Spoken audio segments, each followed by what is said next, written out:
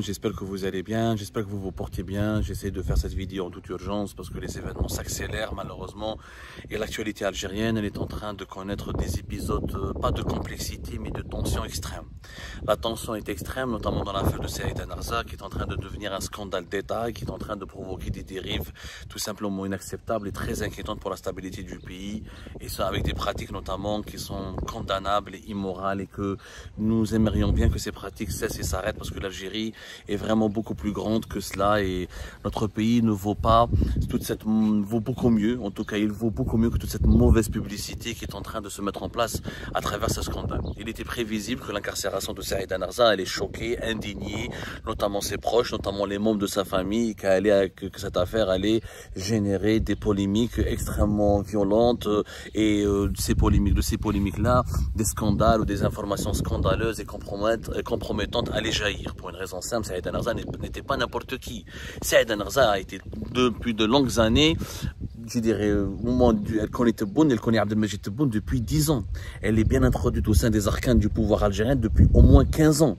Donc elle a des proches, elle a accédé à des dossiers, elle a assisté à des scènes, elle a participé directement ou indirectement à énormément d'événements politiques et sécuritaires et économiques d'une sensibilité très assumée, d'une sensibilité accentuée. J'essaie d'utiliser les termes les plus importants et les plus justes pour être très pédagogue et pour être juste parce que la situation est effectivement grave.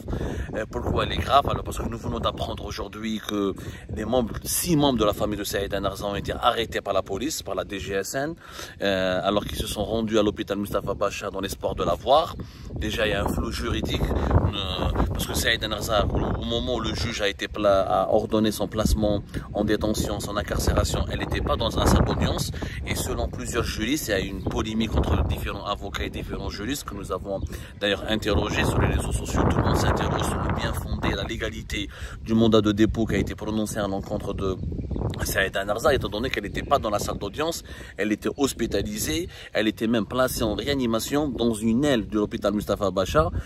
Cette aile, elle est dédiée aux détenus. Donc les cellules de sécurité, la justice, les juges ont placé en détention Saïd Narza avant même que le verdict de la cour d'Alger de son procès ne soit rendu public.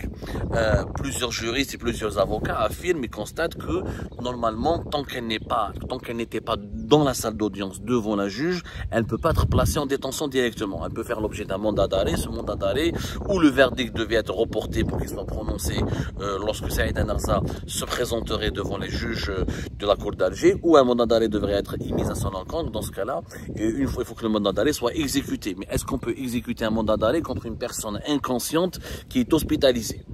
Inconsciente, et jusqu'au moment où je vous parle, selon les sources les plus proches de Saïd Narza et les sources judiciaires et sécuritaires aussi à qui nous avons posé la question, ils nous ont tous confirmé la version des faits qui a été avancée par son fils Amran Azzouza et par ses proches. Amran Azzouza qui s'exprime sur les réseaux sociaux, d'ailleurs ça lui a causé beaucoup de problèmes, je vais vous dire pourquoi. Donc Saïd Narza a été transféré dans des conditions incertaines et indéterminées vers la prison de Koléa via une ambulance, alors qu'elle était toujours en réanimation. Selon nos sources, elle est toujours inconsciente. Est-ce que les juges sont partis vérifier son état de santé pour confirmer est-ce qu'elle était vraiment admissible à la détention? Parce que pour aller en prison, il faut au moins être en bonne santé. Si quelqu'un est inconscient, comment? C'est pas l'infirmerie de la prison de Koléa qui risque de la prendre en charge.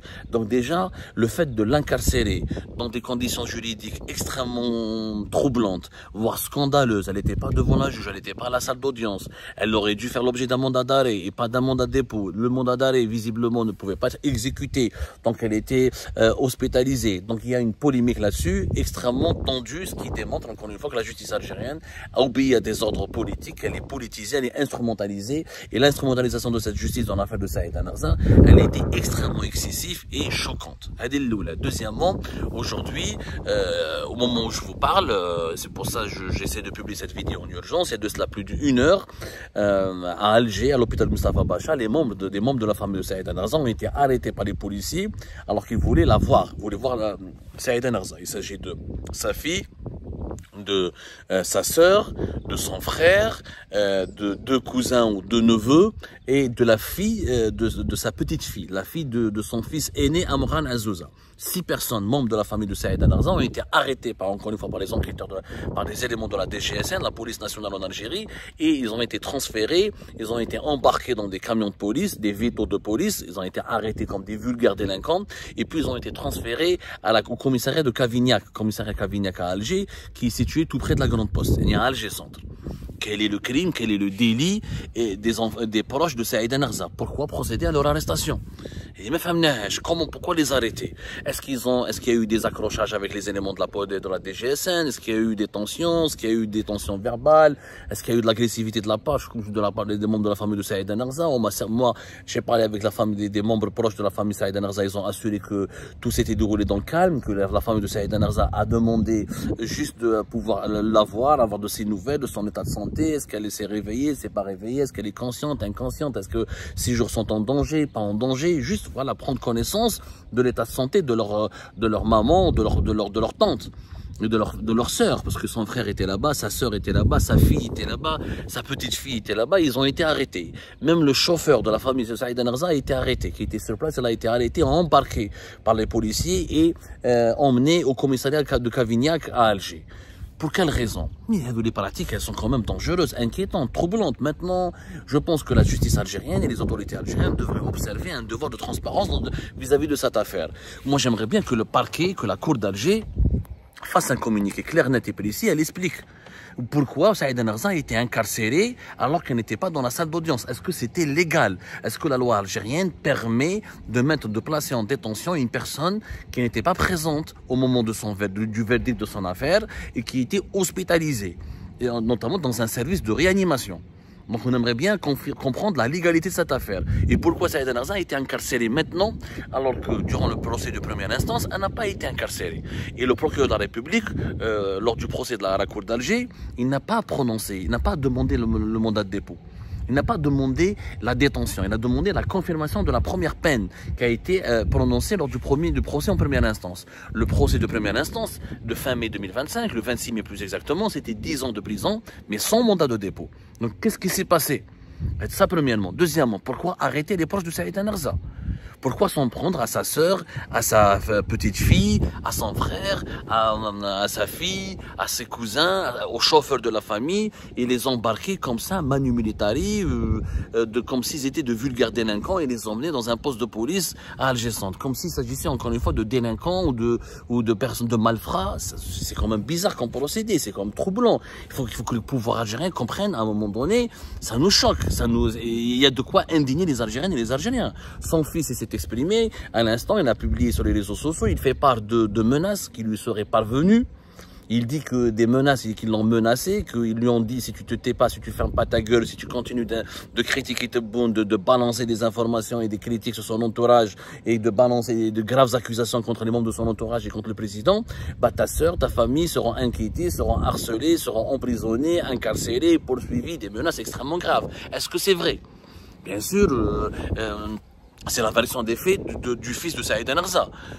Quand je vois l'arrestation et l'embarquement, quand la police embarque les proches de Saïd Narza et les membres de sa famille, quand son fils avance ce genre d'accusation, on est malheureusement, je dis bien malheureusement, on est tenté de le croire.